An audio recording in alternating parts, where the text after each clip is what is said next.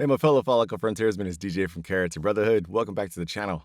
In today's video, I want to do a reaction to Hairliciously's review of my hair transplant. And this is funny because I haven't really talked about my hair transplant. Fuck, dude, it's been almost a year now, I think.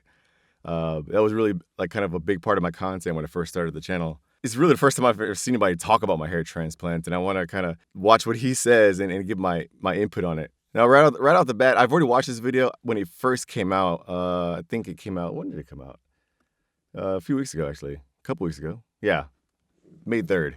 It came out on May 3rd, and I watched it at that time, and I haven't seen it since, but it was actually a good video. Aaron's a great guy. I mean, I have no bad blood with anybody in the hair loss niche or anybody on YouTube for that matter. He's a good guy. We're both veterans, military veterans and stuff, so we have that in common. And he and I have been in talks of doing some kind of collaboration video in the future, hopefully soon. It's just really busy on both ends, so we'll get that figured out and squared away. So hopefully we get some good content for you guys. But let's go ahead and take a look at what he says about my hair transplant, and hopefully I can learn something, because his knowledge about hair transplants is far greater than mine. So the first YouTuber I wanted to share with you is Keratin Brotherhood, but he's had an FUT hair transplant back in 2014 after suffering from androgen alopecia from an early age. He had some pretty extensive hair loss by his early to mid 20s, as you can see from this photo here. The hairline in mid-scalp and vertex have miniaturized. Yo, oh man. This picture, it's infamous. So yeah, this picture is from 2014, and actually this is one of the photos that I sent to the hair transplant clinics that I was, checking out a bunch of clinics in Seoul and the surrounding regions in South Korea. And this is one of the photos I sent them. And you can see, guys, your boy came a long way. I mean, I know I don't have a lot of coverage compared to like when I was in my, teens and my early 20s, but your boy came a long ass way. So before we go any further, understand that I used to be fucking bald, dude. Like, oh, nowhere 6, almost nowhere 7 bald. The good thing in his case, though, is the fact that he really has strong temporal points, these temporal points over here, which are intact. A lot of balding men also end up with receding temporal points, which need to be rebuilt. And oftentimes, the temporal points are one of the more difficult aspects when it comes to hair transplantation, because it can be challenging to get the proper angle, the hairs to be implanted, as well as the relatively natural looking characteristics of the temporal points. Yeah, he makes a really good point here in terms of like these temporal points and rebuilding the hairline. In one of my first videos I made about the whole hair transplant experience and how my hair was growing out, I mentioned that the hair on the top of my head did not match the hair that was on the back of my head. So when I was in my early 20s, in my teens, my hair on the top was really soft and wavy and it just felt like downy. It was really soft, but the hair on the back is always thick and coarse and a lot straighter than the hair on the top. And so when I got the hairs transplanted to the top up here, that was one of the points of dissatisfaction that I had early on, was the hairs were just really wiry, almost like I don't know if you guys know what a schnauzer is, but it has this really coarse texture to it, which I didn't like because I'm used to having just soft hair. Of course, at the time, I was used to having no hair because I was completely bald. But don't look a gift horse in the mouth, right? The hair on the top was definitely not the same texture. And when you talk about the hairline, like he mentioned, like rebuilding the hairline, you can see on my hairline here, I didn't lose this. This has all been there. Maybe I got a little bit of thinnings in the past couple of years or so. So trying to regrow the hairline is really hard because you got to kind of get the right angle, you got to get the right thickness and density, and you end up looking like a Jamie Foxx type of hairline where it just looks like really artificially created. And that's one thing he mentioned, is like you want to be very careful. You want to vet your surgeon to make sure that they can rebuild their hairline, particularly whatever your ethnicity is.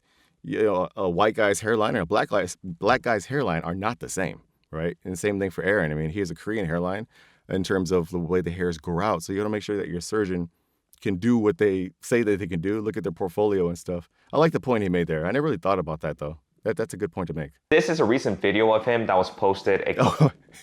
Yo, you can see right here. Normally, if I don't use the wave cap, this is what my hair does. It kind of just stands up. And what I have to do is I have to use a wave cap. Now, most black guys will use a wave cap anyway to coerce the hair into laying down. But even before I had the hair transplant, my hair never stood up like that.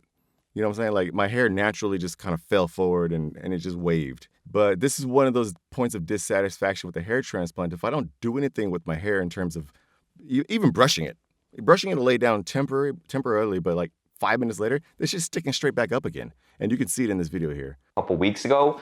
Very nice hairline design in my opinion. I really like the juvenile hairline that he has. Juvenile, juvenile hairline. Yeah, I guess so. Dude, the hairline, dude. I've seen people comment about this. A hairline will make or break how old you look.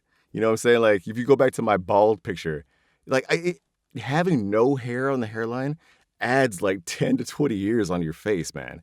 And so when you're rebuilding or when you're getting a hair transplant, one of the primary concerns is the hairline. Most guys want to get the hairline first, then the doctor will even like try to rebuild your hairline first. Most of the hairs go into the hairline and creating the hairline. But you got to be careful with the hairline, in my opinion, because you don't want to be 50 years old with a super juvenile, he used the word juvenile, a super young hairline, because then it looks unnatural. Fortunately for me, for most black guys, if you're not losing your hair, most black guys' hair just grows like this naturally. It's not something we create per se. It just grows like that. My grandpa's hairline looks like this. So that's something to note there. It really depends on your ethnicity and working with your surgeon to create whatever age you are, trying to recreate what a person your age should have. Okay, so be careful with your hairline. And given that he only had around 5,000 grafts, I believe he's got some pretty good coverage going on. And a lot of this has to do with the fact that he has curly hair characteristics, which is going to increase the illusion of more density. And this is why, black people in general can get more coverage with fewer grafts when compared to, let's say, Asians or Caucasians. If I zoom in right here and you look at my hair, you can see the scalp. But see, the hairs are actually laying down, right? The hairs are laying down. But if I were to just pick them up like this, just pick them up, you can see how you see my scalp even more visibly. If I back up, it's suddenly a lot lighter right there, right? So being a black guy or having ethnic hair, as I like to call it, it affords us the opportunity to have the appearance of more density. On the other hand, being a black guy, you have to be very careful with the surgeon you go to because of, like you said, the curly nature of our hair, the kinkiness of our hair. Some black guys' hair is more kinky than others. Mine tends to be on the less kinky side, but some black guys have really thick curls. You have to be careful when you transplant because you can transect the hairs easily. And if you transect the hair when they try to punch it out with FUE in particular, but also can happen with FUT, you basically waste that hair follicle. You can't get it back.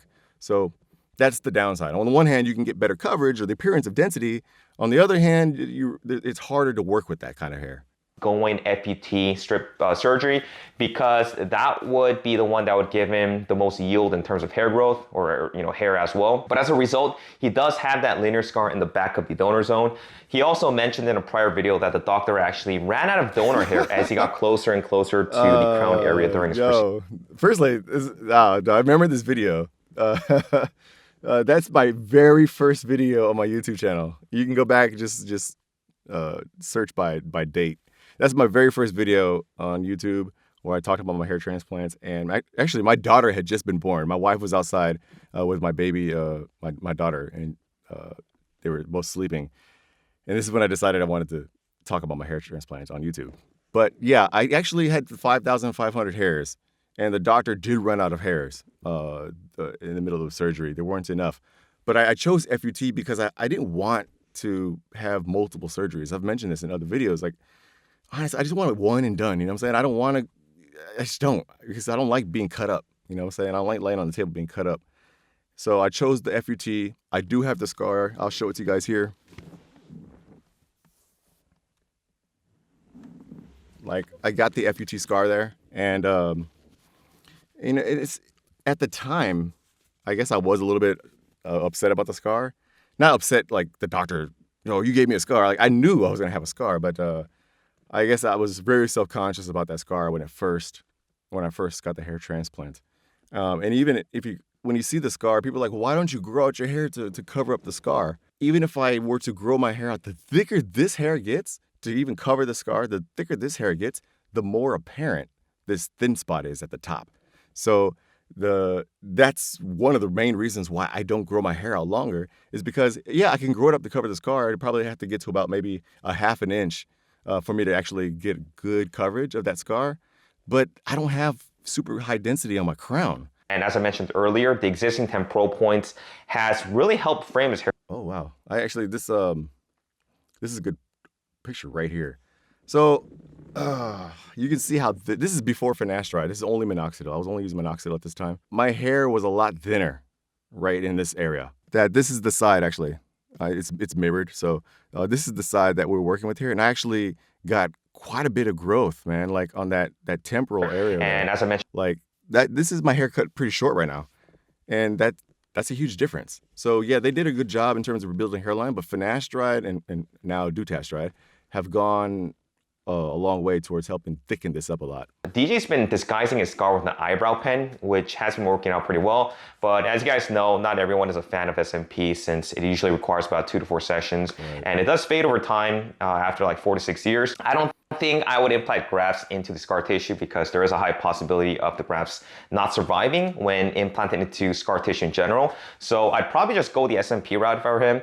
I'll talk a little bit more about SMP in a later video, but as you guys know, I did get my master course certification for SMP. So I am certified, and maybe the next time I do visit Korea, I can hook DJ up for a free SMP session to cover up the scar. Yeah. I'm gonna have to hit him up.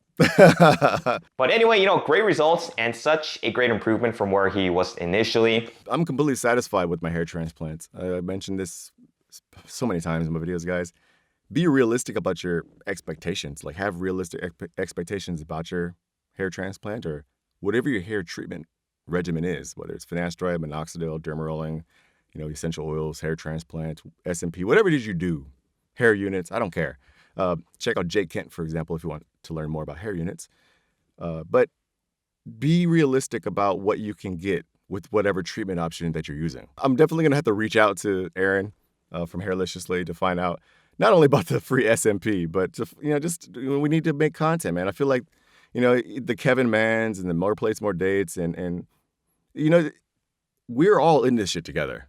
And while some of us may be more technically knowledgeable than others, for example, I know for a fact that Kevin Mann and More Plates, More Dates, and also Aaron from Hairliciously, guys, they know way more than I know in terms of about hair loss and what causes hair loss and fucking hormones. I don't give a fuck about that shit, dude, to be honest with you.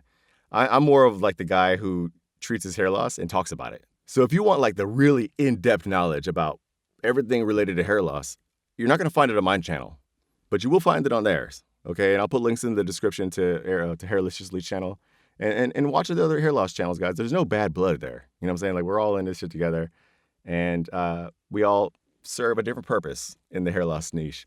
And make your own videos. Find your spot in the hair loss niche too. Make your own videos. Bring yourself to the camera. Bring yourself to the community, and share your story, man. Because there's a lot of guys who are in the same boat as you, all right?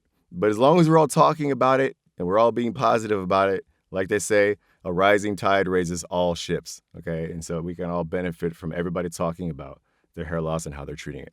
If you guys enjoyed today's video, make sure you leave a like and subscribe to the channel. My name is DJ from Keratin Brotherhood. See you in the next video.